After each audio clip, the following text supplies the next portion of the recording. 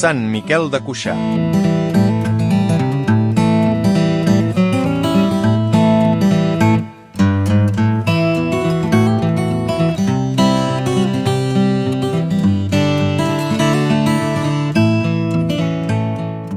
Sant Miquel de Cuixà es una abadía benedictina situada en la comarca del Conflent, en el departamento de los Pirineos Orientales franceses. Se puede acceder en vehículo hasta el recinto.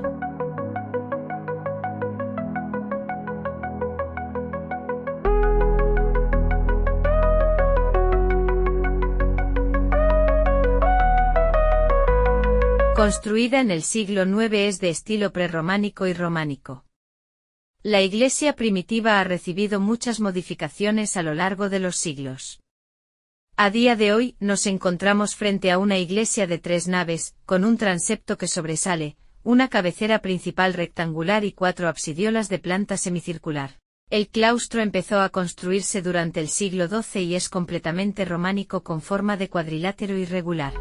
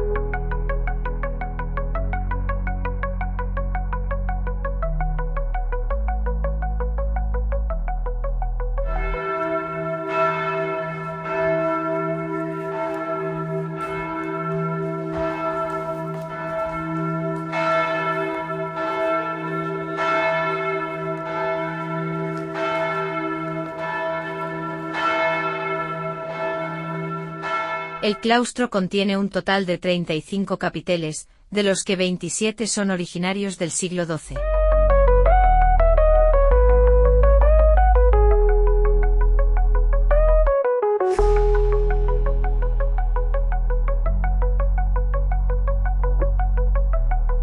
El monasterio de Sant Miquel de Cuixà ha sido elegido por votación popular como una de las 7 maravillas del patrimonio cultural material de Cataluña.